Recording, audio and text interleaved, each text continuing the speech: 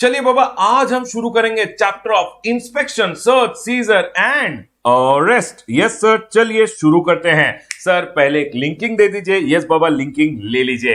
Everyone सुनिए, returns का chapter खत्म हो गया, उसके बाद हमने एडवांस रूलिंग किया और फिर एक चैप्टर आता है असेसमेंट का। यस सर, हमें याद है असेसमेंट्स का चैप्टर। असेसमेंट का चैप्टर जब पढ़ते हो, सेक्शन नंबर 59 सर किसके बारे में? सेल्फ असेसमेंट के बारे में बात करता है। 60 बात करता है प्रोविजनल असेसमेंट के बारे में। अगर आपको याद है, सेक्शन नंबर 61 जब पढ़ रहे थे, सेक्शन नंबर 61 बोलता है स्क्रूटिनी ऑफ रिटर्न्स के बारे में। जब स्क्रूटिनी हो रहा था, ऑफिसर आपके रिटर्न को स्क्रूटिनाइज कर रहा था, ऑफिसर को डाउट हुआ, उसने बोला बेटा मेरे को डाउट है, ये जो टैक्स है इसलिए तूने कम दिया है, ये टैक्स दे दे, चैप्टर क्लोज हो जाएगा। आपने टैक्स दे दिया, चैप्टर क्लोज हो गया। आपने बोला नहीं मैं टैक्स नहीं दूंगा, मैं एक्सप्लेनेशन दूंगा, आपने एक्सप्लेनेशन दिया, ऑफिसर को पसंद आया, चैप्टर क्लोज हो गया। लेकिन सर अगर ऑफिसर को पसंद नहीं आया या आपने डिस्क्रिपेंसी एक्सेप्ट करते हुए टैक्स पे नहीं किया, तो ऑफिसर बोलता है बेटा अब मैं रेज करूंगा तेरे ऊपर डिमांड ऑर्डर। लेकिन डिमांड ऑर्डर रेज करने से पहले अगर ऑफिसर को एडिशनल इंफॉर्मेशन की जरूरत है, एडिशनल एविडेंस की जरूरत है, तो क्या क्या रिसोर्सेज अवेलेबल है ऑफिसर के पास? ऑफिसर चाहे तो करा सकता है ऑडिट, ऑफिसर चाहे तो करा सकता है स्पेशल ऑडिट, ऑफिसर चाहे तो करा सकता है आपके प्रेमाइसेस में इंस्पेक्शन, सर्च एंड सीजर, और इन सब से जो भी डॉक्यूमेंट्स कलेक्ट होंगे उनसे कराएगा, उनको यूज करते हुए रेस करेगा आप पे डिमांड ऑर्डर। सो आज हम पढ़ने वाले हैं chapter of inspection, search, seizure and arrest. सुन लीजिए, मैंने आपको असेसमेंट चैप्टर में पढ़ाया section number 59, section number 60, section number 61 scrutiny of return, उसके बाद सेक्शन नंबर 62 आया बेस्ट जजमेंट, 63 बेस्ट जजमेंट आया, 64 समरी असेसमेंट आया। सर ऑडिट मैंने आपको 65 पढ़ा दिया, स्पेशल ऑडिट 66 पढ़ा दिया, इंस्पेक्शन आपको आता है फ्रॉम सेक्शन नंबर 67 से लेके 72 सेक्शन तक। चलिए बाबा शुरू करते हैं पढ़ना inspection, search, seizure and arrest. आ जाइए बाबा। सर कैसा चैप्टर है ये? मेरे को लगता है ये है एक सी ग्रेडेड चैप्टर, 2 मार्क से 4 मार्क मैक्सिमम पूछ लेते हैं, लेकिन हम करके जाएंगे। आपको एटलीस्ट चार्ट का डिटेल रिवीजन सुनना है और फिर क्वेश्चन आंसर तो सॉल्व करके ही जाना है। जब क्वेश्चन आंसर करो तो लिख के प्रैक्टिस कीजिएगा। डन सर, पॉइंट क्लियर है। चलिए सेक्शन नंबर 67 क्या बोलता है?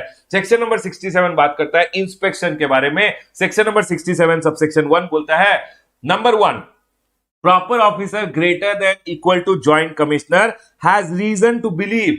क्या क्या रीजन है सर? अगर proper officer greater than equal to joint commissioner, उसको रीजन टू बिलीव है कि taxable person has suppress transaction relating to supply और स्टॉक।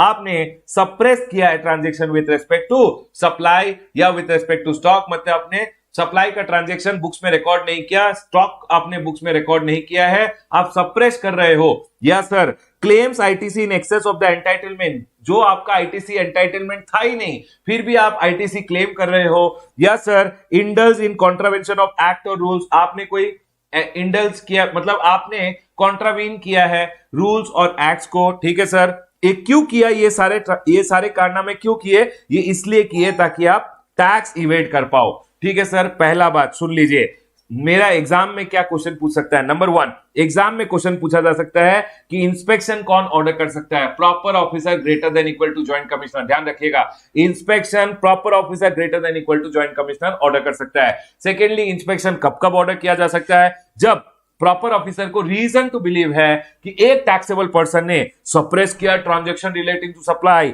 सर आईटीसी ज्यादा क्लेम किया है, थर्डली रूल्स या एक्ट का कोई कॉन्ट्रावेंशन किया है, तो सर उस टैक्सेबल पर्सन के लिए इंस्पेक्शन ऑर्डर कर सकता है जॉइंट कमिश्नर और अबव। ठीक है सर, अगर proper officer greater than equal to joint commissioner has reason to believe कि एक transporter, owner, operator of warehouse या गोडाउन और एनी अदर प्लेस, कोई भी एक बंदा है जो क्या कर रहा है sir, is keeping tax unpaid goods, जिस गुड्स पे टैक्स नहीं दिया हुआ है, मेरा एक गोडाउन है, मैं वहां क्या कर रहा हूं, आपकी जो टैक्स अनपेड गुड्स है उनको स्टोर कर रहा हूं, या kept wrong accounts to evade tax. बाबा अगर आपको याद होगा, अकाउंट्स एंड रिकॉर्ड्स चैप्टर में बोला गया था उसको सही सही रिकॉर्ड्स मेंटेन करने हैं। मैं ओनर ऑपरेटर ऑफ वेयरहाउस हूं, मैं गलत रिकॉर्ड्स मेंटेन कर रहा हूं, तो इन दो केसेस के केसेस में बोला गया है, पहला taxable person related, secondly transporter owner operator of warehouse, अगर ये सारे कारनामे करता है तो proper officer greater than equal to joint commissioner कौन ऑथराइज करेगा?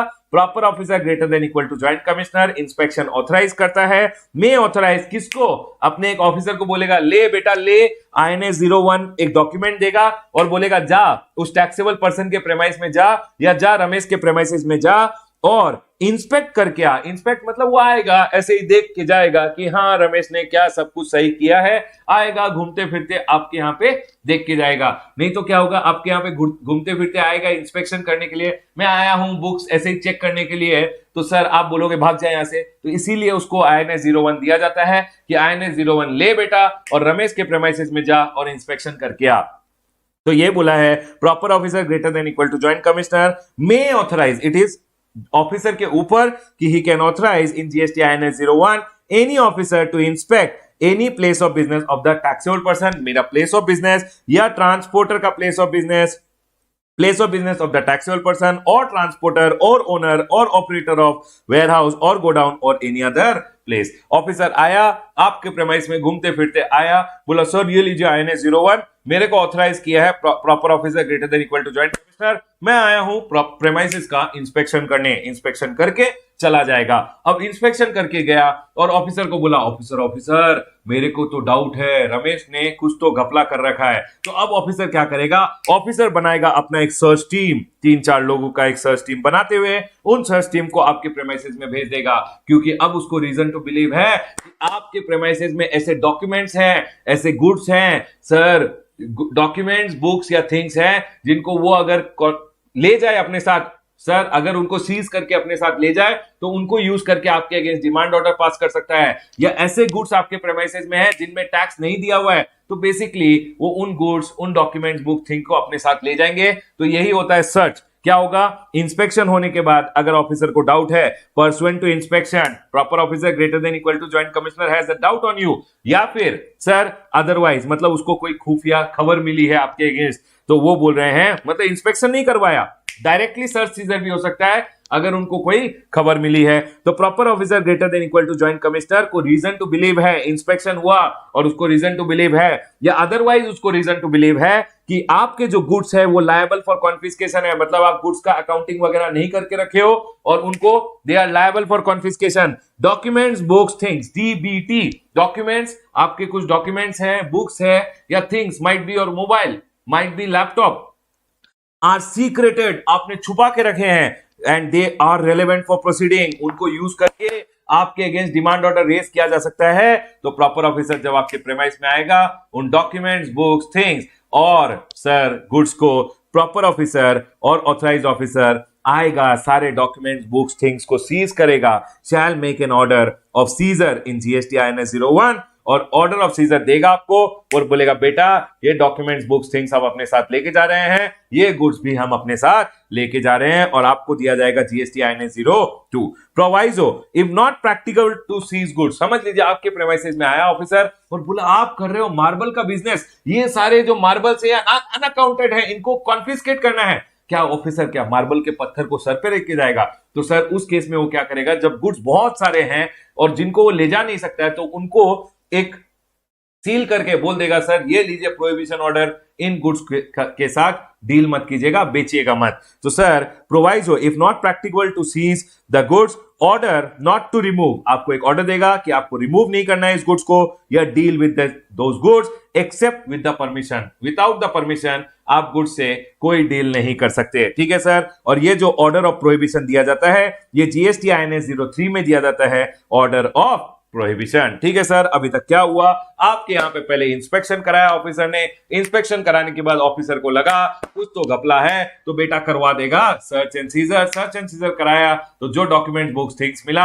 या गुड जो लायबल फॉर कॉन्फिस्केशन है उनको अपने साथ ले जाएगा और आपको देगा INS 02, और अगर उनको अपने साथ नहीं ले जा पा रहा है गुड्स को तो आपको देगा INS 03 कि बेटा हाथ मत लगाना गुड्स को। ठीक है सर, चलिए आगे बढ़ते हैं। सेक्शन नंबर 67 सबसेक्शन 3 आएगा कि सर अगर वो डॉक्यूमेंट्स बुक्स या थिंग्स को ले गए और समझ लीजिए आपका बर्थ सर्टिफिकेट साथ में चला गया तो सर वो तो आपके कोई काम का नहीं है, रिटर्न कर दीजिए। तो वहीं यही बोला गया है, documents books things will be return after examination और inquiry if document books things relied upon, अगर उनके काम का है तो वो यूज करेंगे और आपके against show cause notice issue करेंगे। अगर काम का नहीं है तो रिटर्न विद इन 30 डेज, आपको रिटर्न कर देंगे within a period of 30 days. Section number 67(4) आपको एग्जाम में पूछेंगे प्रॉपर ऑफिसर का सर्च एंड सीजर के टाइम पे क्या क्या पावर होते हैं। आप बोलिएगा proper officer has power to seal, और सील मतलब पूरे प्रेमाइसेस को सील करके जा सकता है वो, ठीक है। ब्रेक ओपन डोर, आपको बोला बेटा ये अलमारी में क्या है, आप तो बोल रहे हो सर चाबी नहीं है, सर मेरे को नहीं मालूम इसमें क्या है, तो बोलेगा चाबी दे, चाबी से खोल लेते हैं। आप चाबी नहीं दोगे तो तोड़ दे। तो यही बोल रहा है कि sir proper officer has power to seal, break open door, almirah, electronic device, boxes, receptacle in which goods, accounts, documents are suspected to be concealed and access is denied। आया बोला ये बक्से के अंदर क्या है, चाबी दो मैं खोल के देखता हूं। आप बोलोगे नहीं नहीं कुछ नहीं है, चाबी तो हमने घुमा दी। बेटा चाबी घुमा दी, तोड़ दे, वो तोड़ देगा और वो डॉक्यूमेंट्स बुक्स थिंग्स वगैरह निकाल के ले जाएगा, ठीक है सर। सर मेरे गुड्स बुक्स लेके जा रहे हो, सर मेरे बुक्स लेके जा रहे हो, मेरे डेटर्स का मुझे इंफॉर्मेशन चाहिए, आप दीजिए मैं जेरोक्स करा लेता हूं, तो वो अलाउ करेगा आपको। अगर फोटोकॉपीज चाहिए या एक्सट्रैक्ट चाहिए of the seize document will be allowed to you. लेकिन अगर उनको लगा कि सर ये क्या करेगा, फोटोकॉपी लेगा और अपने डेटर्स वगैरह को इन्फॉर्म कर देगा कि भाग जाओ, तो सर अगर उनको लगा कि इसके कारण जेरोक्स देने के कारण या फोटोकॉपी देने के कारण कुछ भी प्रॉब्लम हो सकता है, डिपार्टमेंट को कोई भी नुकसान हो सकता है, तो उस केस में sir if it is prejudicially going to affect the investigation, तो उस केस में आपको फोटोकॉपीज वगैरह नहीं दिया जाएगा। सेक्शन नंबर 67 सबसेक्शन 6 बोलता है आपके जो गुड्स वो सीज करके ले गए, अगर आप चाहते हो कि वो प्रोविजनली आपको रिलीज कर दिया जाए तो आपको देना पड़ेगा। देखिए provisional release of seized goods, exam में क्वेश्चन, सर क्या प्रोविजनली गुड्स को रिलीज किया जा सकता है? यस बाबा रिलीज किया जा सकता है, लेकिन आपको देना पड़ेगा बॉन्ड प्लस सिक्योरिटी। सर ये जो सिक्योरिटी है क्या होगा? बैंक गारंटी होगा बाबा। Bank guarantee equivalent to the tax interest payment, जो भी बैंक गारंटी है वो equivalent to tax interest payment होगा। अगर आप बैंक गारंटी नहीं दे पा रहे हो, बॉन्ड प्लस बैंक गारंटी दे दो, आपके गुड्स प्रोविजनली रिलीज कर देंगे। बॉन्ड प्लस बैंक गारंटी नहीं दे पा रहे हो, पूरा पेमेंट करो टैक्स इंटरेस्ट पेनल्टी का, फिर रिलीज करेंगे, ठीक है सर। पॉइंट क्लियर है। सेक्शन नंबर 67 सबसेक्शन 6 बोलता है एक बार आपका गुड्स वो सीज करके अपने साथ ले गए, अब सीजर होता है पोजीशन अपने पास लेना। अब आपका जो गुड्स है उसका ओनरशिप भी गवर्नमेंट को ट्रांसफर हो जाएगा, लेकिन उसके लिए उनको एक कॉन्फिस्केशन का नोटिस इशू करना पड़ेगा। वो जो कॉन्फिस्केशन का नोटिस होता है, देखिए सीजर मतलब पोजीशन लेना, कॉन्फिस्केशन होता है ओनरशिप भी अपने नाम पे ट्रांसफर कर लेना। ओनरशिप गवर्नमेंट अपने नाम पे ट्रांसफर करने का प्रोसीजर विद इन 6 मंथ्स चालू कर देगी। आपको आ जाएगा show cause notice in 6 months plus 6 months का एक्सटेंशन दिया जा सकता है। अदरवाइज याद रखिएगा अगर 6 महीने में उन्होंने आपको शो कॉज नोटिस नहीं दिया कॉन्फिस्केशन का, तो गुड्स आपको रिटर्न कर देंगे। सेक्शन नंबर 67(8) बोलता है कि सर पेरिशेबल या हैजार्डस गुड्स, डेप्रिशिएटिंग गुड्स या स्टोरेज कंस्ट्रेंट अगर उनके पास है तो वो आपको बोलेंगे देखिए देख बेटा आपके जो गुड्स है ना वो पेरिशेबल गुड्स है, मैंगोज है सड़ जाएंगे, या समझ लीजिए हैजार्डस गुड्स है, फायरवर्क्स वगैरह है, सर फायरवर्क्स मतलब पटाखे वगैरह है, सर डेप्रिशिएटिंग गुड्स है, या सर हमारे पास स्टोरेज नहीं है, तो इस केस में आपको एक ऑप्शन दिया जाएगा, देख बेटा आपके जो गुड्स है वो पेरिशेबल गुड्स है, अब हम क्या करेंगे, हम थोड़ी ना वेट करेंगे 6 महीने का उसके बाद ओनरशिप ट्रांसफर करेंगे, मैंगो की तो गुटलियां भी नहीं बचेंगी, तो इसलिए इन्होंने बोला इनको हम रिलीज कर देंगे इफ, मतलब पेरिशेबल हैजार्डस गुड्स वगैरह जो है इनको रिलीज कर दिया जाएगा अगर आप उन्हें दे देते हो मार्केट प्राइस और टैक्स इंटरेस्ट एंड पेनल्टी जो भी पेएबल है, या तो टैक्स इंटरेस्ट पेनल्टी और मार्केट प्राइस जो भी लोअर है आप दे दो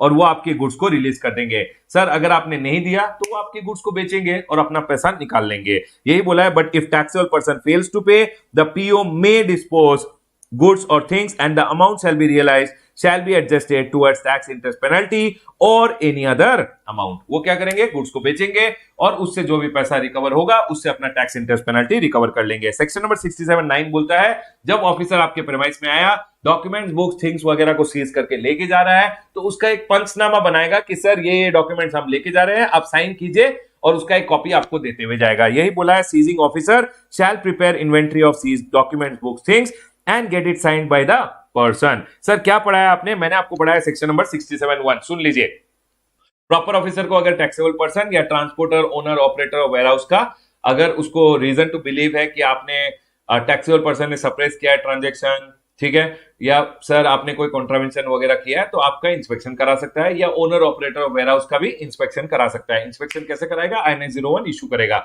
सेक्शन नंबर 67(1). सेक्शन नंबर 67(2) बोलता है जब आपके यहाँ एक बार इंस्पेक्शन हुआ, उसके बाद अगर उसको डाउट है या अदरवाइज मतलब उसको कोई इंफॉर्मेशन मिला है, तो वो आपके यहाँ पे सर्च एंड सीजर भी करा सकता है। सर्च एंड सीजर के दौरान अगर कोई भी डॉक्यूमेंट्स, बुक्स, थिंग्स वगैरह मिला तो उसका आपको दे देगा GST INS 02 और गुड्स, डॉक्यूमेंट, बुक, थिंग्स वगैरह को अपने साथ ले जाएगा।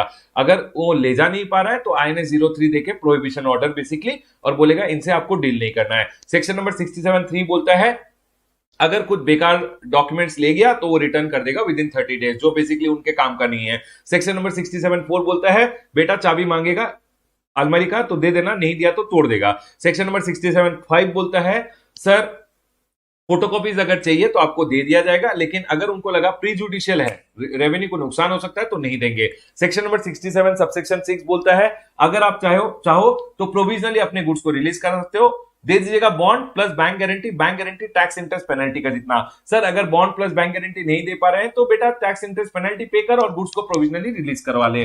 सेक्शन नंबर 67 सबसेक्शन 7 बोलता है कि सर अगर उन्होंने आपके गुड्स सीज किए हैं तो आपको कॉन्फिस्केशन नोटिस देंगे with in, confiscation proceedings basically start कर देंगे with in 6 month plus 6 months. ठीक है सर, अगर स्टार्ट नहीं किया तो आपको गुड्स रिटर्न कर देंगे। सेक्शन नंबर 67(8) बोलता है अगर आपके goods perishable goods, hazards goods या डेप्रिशिएटिंग गुड्स है या उनके पास स्टोरेज कंस्ट्रेंट है तो आपको बोलेंगे lower of market price of the goods या टैक्स इंटरेस्ट पेनल्टी पे करो और अपने गुड्स ले जाओ। सेक्शन नंबर 67 सबसेक्शन 9 बोलता है जो सीजिंग ऑफिसर है, जो आपके यहाँ पे आके गुड्स को सीज करके लेके जा रहा है, वो बनाएगा एक inventory of the goods, basically एक पंचनामा बनाएगा कि ये गुड्स हम लेके जा रहे हैं अपने साथ और आपसे साइन करवाएगा। ठीक है सर, पॉइंट क्लियर है। सर ये जो सर्च ऑपरेशन होता है इसके दौरान क्या क्या इंपॉर्टेंट रिक्वायरमेंट होते हैं वो मैंने यहां पे डाल दिया है। क्विकली बताइए बाबा, यहां तक क्या पॉइंट क्लियर है? जल्दी जल्दी एक हेड्स अप दीजिए, क्या यहां तक सब कुछ क्लियर है? आगे बढ़ा जाए। यस सर, चलिए आगे बढ़ते हैं। सुन लीजिए, प्रिंसिपल्स और रिक्वायरमेंट ड्यूरिंग सर्च ऑपरेशन। जब आपके यहां पे आके वो सर्च कर रहे हैं तो सर्च के टाइम पे सर क्या क्या प्रिंसिपल्स या रिक्वायरमेंट होते हैं ये बोल रहे हैं। नंबर 1, इनके पास वैलिड डॉक्यूमेंट होना चाहिए। समझ लीजिए आपके प्रेमाइस में आया तो सर आपके घर पे जब आया तो उनको अपने साथ एक लेडी ऑफिसर को भी लाना चाहिए। ठीक है, पहला बात वैलिड वारंट होना चाहिए। वारंट को सर्च स्टार्ट करने से पहले आपसे साइन करवा लेंगे, वारंट को भी साइन करवा लेंगे। उसके बाद जब सर्च स्टार्ट करेंगे उससे पहले 2 विटनेसेस को भी बुला लेते हैं, इंडिपेंडेंट विटनेस को, आपके पड़ोसियों वगैरह को बुला लेंगे कि सर आप आके खड़े हो जाइए, देखिए हम यहाँ पे सर्च कर रहे हैं। उसके बाद अगर आपके घर पे सर्च होता है जनरली तो क्या होगा, एक लेडी ऑफिसर को भी वो साथ लेके आएंगे। ठीक है sir, before starting the search they will disclose their identity, अपना आइडेंटिटी दिखाएंगे, देखिए सर मैं ये मेरा ये नाम है। ठीक है, एक बार सर्च हो गया तो जो भी मिला उसका एक पंचनामा बनाएंगे कि सर हमने ये किया और आपसे सर्च कराएंगे। सर्च बाय द विटनेस, पहले तो विटनेस से साइन कराएंगे, डिट्टो मतलब ये विटनेस से साइन कराएंगे, मैंने यहाँ पे लिखा है, प्लस जो पर्सन इंचार्ज या ओनर ऑफ द प्रीमाइस है उससे भी साइन कराएंगे। ठीक है सर, पॉइंट क्लियर है। कैसे होता है सर? बेसिकली वो आते हैं आपके यहाँ पे सर्च वारंट दिखाएंगे, बोलेंगे सर सर्च वारंट पर साइन कीजिए। आपके यहाँ पड़ोसियों को बुलाएंगे, 2 पड़ोसी को बुलाएंगे, इज्जतदार पड़ोसियों को बुलाएंगे ताकि वो विटनेस कर सके। उसके बाद तोड़ा फोड़ी सर्च वगैरह चालू किया जाएगा। सर्च एक बार हो गया उसके बाद बाबा तोड़ा फोड़ी नहीं, ओनली फॉर क्लासरूम पर्पस में बोल रहा हूँ, मूवी याद करो। ठीक है, तो एक बार सर्च वगैरह हो गया उसके बाद जो भी डिटेल्स डॉक्यूमेंट्स वगैरह मिले उनको, उनका एक लिस्ट बनाएगा, आपसे साइन कराएगा, डॉक्यूमेंट, बुक्स, थिंग्स और गुड्स को लेके चला जाएगा। डन सर, यही होता है सर्च। यहां हमारा सेक्शन नंबर 67 खत्म होता है। अब आ जाइए section number 68। Section number 68 basically e way bill का चैप्टर में मैंने आपको ऑलरेडी बोल दिया है, inspection of goods in transit, कि सर आप रास्ते में जा रहे हो और गुड्स का value, consignment value is greater than 50,000 तो आपको रोका जाएगा और आपसे डॉक्यूमेंट्स मांगा जाएगा। डॉक्यूमेंट्स एंड डिवाइसेस सर मैंने आपको ऑलरेडी बता दिया था कि आपसे मांगे जाएगा इनवॉइस, बिल ऑफ सप्लाई या डिलीवरी चालान प्लस ई वे बिल। अगर सारे डॉक्यूमेंट्स ठीक है तो सर कोई प्रॉब्लम नहीं है, जाइए आप। अगर आप रास्ते में जा रहे थे, डॉक्यूमेंट्स सही नहीं है तो बेटा गए, एनी मिसमैच, अगर कोई भी मिसमैच वगैरह हो गया तो डिटेंशन किया जाएगा under section number 129, detention and seizure under section number 129 and confiscation under section number 130। ये ऑफेंसेस एंड पेनल्टीज के चैप्टर में हम पढ़ेंगे, ठीक है सर। उसके बाद आता है सेक्शन नंबर 69। सेक्शन नंबर 69 बोलता है आप भाग नहीं जाओ, ताकि आप भाग नहीं जाओ, ये बोल रहे हैं कि आपको अरेस्ट भी कर लिया जाएगा। सर किन किन केसेस में मेरे को अरेस्ट किया जाएगा, सुनिए बाबा। सेक्शन नंबर 132 जब हम पढ़ेंगे ऑफेंसेस एंड पेनल्टीज चैप्टर में, तो सेक्शन नंबर 132 में बहुत सारे ऑफेंसेस दिए हुए हैं, लेकिन सेक्शन नंबर 132 के जो पहले, सेक्शन नंबर 132(1) के जो पहले 4 ऑफेंसेस हैं, उनके लिए बोला गया है कि सर अगर ये 4 ऑफेंस आपने किए हैं तो जेल तो जाओगे, लेकिन क्या होता है ना, लोग भाग नहीं जाए, इसलिए बोला इंप्रिजनमेंट से पहले, इंप्रिजनमेंट मतलब होता है जेल, जेल भेजने से पहले आपको अरेस्ट कर लिया जाता है, आपका फ्री मूवमेंट को स्टॉप कर दिया जाता है ताकि आप भाग नहीं जाओ, ठीक है। ताकि आप भाग नहीं जाओ इसलिए आपको अरेस्ट किया जाता है, और अरेस्ट के बाद, अरेस्ट मतलब जब ट्रायल चल रहा होता है, ताकि आप भाग नहीं जाओ, आपको पकड़ के रखते हैं, उसके बाद जेल में भी डालेंगे, उसको बोलते हैं इंप्रिजनमेंट। तो सेक्शन नंबर 132 जब आप पढ़ोगे, सेक्शन नंबर 132 में वो ऑफेंसेस बोले हुए हैं जो ऑफेंसेस अगर आप करोगे तो आप जाओगे जेल। अब जेल जाने से पहले, ताकि आप भाग नहीं जाओ, सेक्शन नंबर 69 में अरेस्ट के भी प्रोविजन दिए गए हैं। सेक्शन नंबर 69 बोलता है commissioner has reason to believe कि person has committed offences under section number 132(1) A B C D, ये 4 ही ऑफेंस होंगे जब आपको अरेस्ट कर सकते हैं, plus amount involve greater than 2 crore हो, या ये 4 ऑफेंस आपने किए हैं रिपीटेडली, तो ये बोल रहे हैं कि आपको रिपीटेड ऑफेंस के केस में भी एनी अमाउंट आपको कमिश्नर ऑथराइज कर सकता है, any officer to of the central tax to arrest such person. Sir ये क्या क्या 4 ऑफेंस है, सुन लीजिए।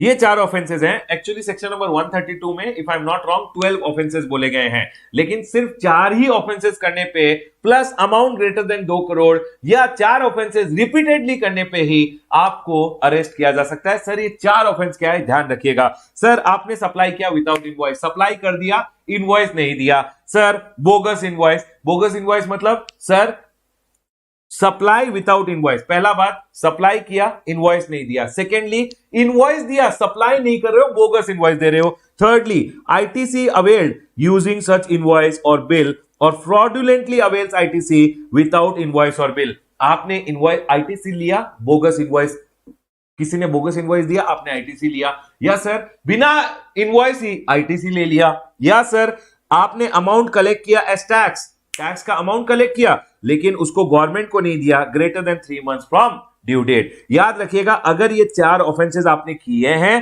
प्लस एंड 1 रुपए का कर लिया, क्या आपको जेल में डाल देंगे? नहीं, अरेस्ट नहीं करेंगे। बोला है कि amount involve greater than 2 crore रुपए है, प्लस और ये 4 ऑफेंस आपने रिपीटेडली किए हैं, या तो देखिए यहां पे 2 है, ये 4 ऑफेंसेस या तो आपने amount involve greater than 2 crore, ठीक है, या फिर अगर ये ऑफेंसेस आपने रिपीटेडली किए हैं तो वो बोल रहे हैं commissioner may authorise any officer of the central tax to arrest such person. आपका फ्री मूवमेंट लॉक कर दिया जाएगा ताकि आप भाग नहीं जाओ, ठीक है सर। उसके बाद cognizable and non bailable, non cognizable and bailable, सुन लीजिए ये क्या होता है, कॉग्निजेबल एंड नॉन बेलेबल।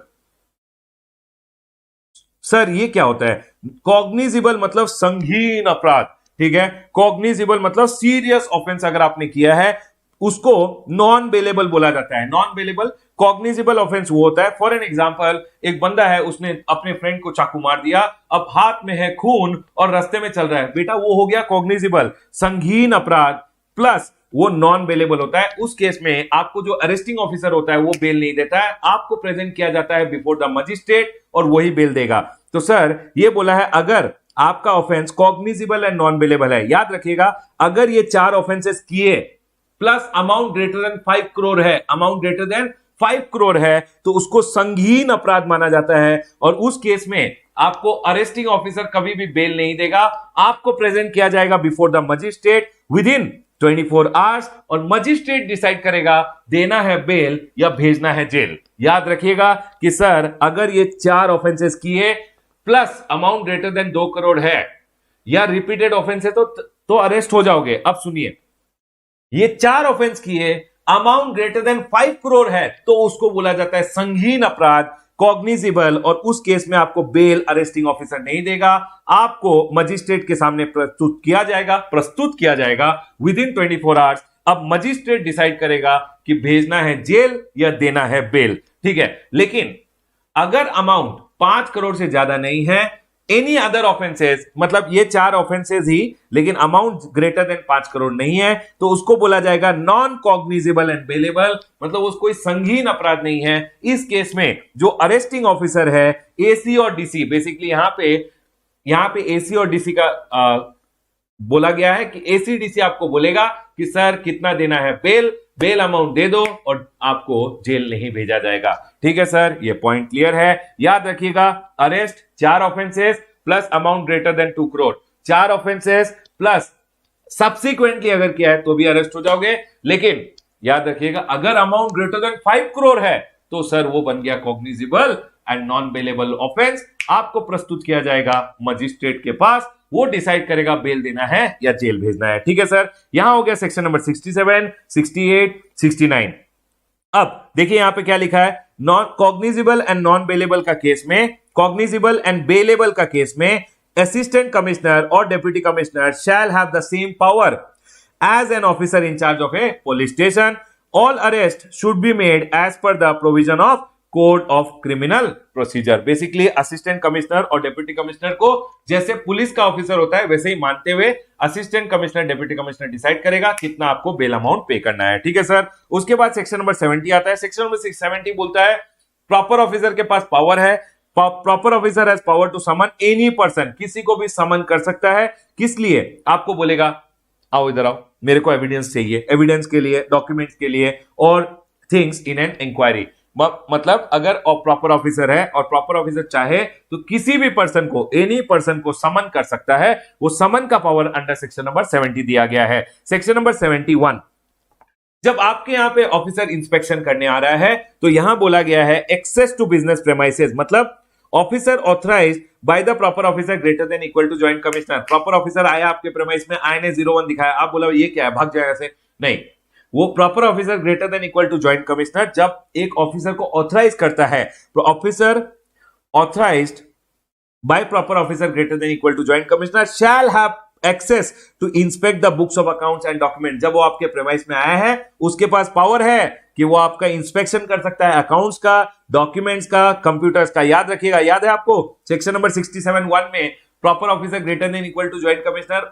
एक ऑफिसर को ऑथराइज करता है कि जा बेटा जा इंस्पेक्शन करके आ। तो जब वो इंस्पेक्शन करने आएगा उसके पास पावर है कि वो आपका inspect books of accounts, documents, computer program, computer software and such other things as he may require and available at such place for purpose of audit, scrutiny, verification and check। वो आपके यहाँ पे ये सब चीजों को चेक कर सकता है। अगर वो चाहे तो वो आपसे डिमांड भी कर सकता है, person in charge on demand by the proper officer. और समझ लीजिए स्पेशल ऑडिट हो रहा है, स्पेशल ऑडिट में सीए ने आपसे बोला कि सर ये डॉक्यूमेंट चाहिए, और the CA audit party, basically समझ लीजिए टैक्स अथॉरिटी ऑडिट कर रही है या chartered accountant, cost accountant special audit कर रहा है, आपको उनको अवेलेबल कराना पड़ेगा अगर उन्होंने डिमांड किया। क्या?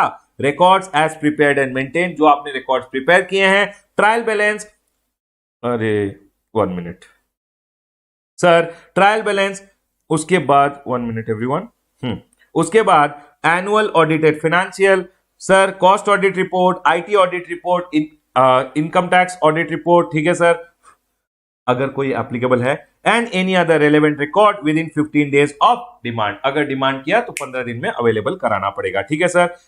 उसके बाद आता है section number 72, officer to assist the proper officer. Proper officer आपके यहां पे जब इंस्पेक्शन करने आ रहा है, उनको जो भी असिस्टेंट चाहिए, समझ लीजिए आपके यहाँ पे इंस्पेक्शन करने आ रहा है, उसको डर लग रहा है तो पुलिस ऑफिसर को साथ में आना पड़ेगा। यही बोला गया है, all officers of police, railway, customs, land revenue collection officer, village officer, CGST SGST officer और notified officers shall assist, mandatory है, shall assist proper officer in implementation of this act. समझ लीजिए कुछ गुड्स हैं जो रेलवे के through जा रहे हैं, अगर ऑफिसर रेलवे का ऑफिसर को बोले कि सर वो गुड्स को रोक के रखिएगा, क्लियर मत कीजिएगा, तो रेलवे का ऑफिसर उन गुड्स को क्लियर नहीं करेगा, क्योंकि all other officer should assist the proper officer under the CGST Act to go ahead and carry out his to carry to implement the provision of the act, मतलब अगर उसको act के provisions को implement करने के लिए इन officers का help चाहिए तो इन ऑफिसर्स को हेल्प करना पड़ेगा। फॉर एन एग्जांपल आपके यहाँ पे सर्च एंड सीजर के लिए आ रहा है, उसको डर लग रहा है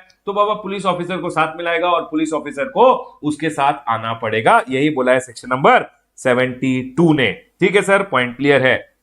ये चैप्टर में है तो कोई भी अमेंडमेंट नहीं, मैं बोल रहा हूं मेरे हिसाब से क्वेश्चन क्या पूछ सकते हैं। नंबर 1, कौन इंस्पेक्शन ऑर्डर कर सकता है? Proper officer greater than equal to joint commissioner. कब कब इंस्पेक्शन ऑर्डर किया जा सकता है? ध्यान रखिएगा, ये केसेस हैं जब आपके यहाँ पे इंस्पेक्शन ऑर्डर किया जा सकता है, मतलब ये सारे केसेस मैंने यहां बोले हैं। थर्डली, सर क्या क्या रिक्वायरमेंट होते हैं? बाई चांस पूछ लिया, ड्यूरिंग सर्च ऑपरेशन क्या क्या रिक्वायरमेंट होता है, क्या क्या पावर होता है ऑफिसर का during a search and scissor activity. ठीक है सर अगर प्रोविजनल मेरे को गुड्स रिलीज कराना है तो कैसे रिलीज कराऊं? ठीक है सर, अगर पेरिशेबल गुड्स है तो उनके साथ कैसे डील किया जाएगा? Sir access to business premises पे एक नोट पूछ सकते हैं आपसे। उसके बाद अरेस्ट कब कब एक पर्सन हो सकता है, ध्यान रखिएगा। मेरे को लगता है इतना काफी है, अगर आप क्वेश्चन आंसर इसके साथ कर लेते हो तो सर पॉइंट क्लियर है। डन सर, पॉइंट क्लियर है यहाँ पे। अब बस क्वेश्चन आंसर सॉल्व कर लीजिएगा and we are done with the chapter. यहां मैं अपना discussion on inspection, search, seizure and arrest close करता हूं।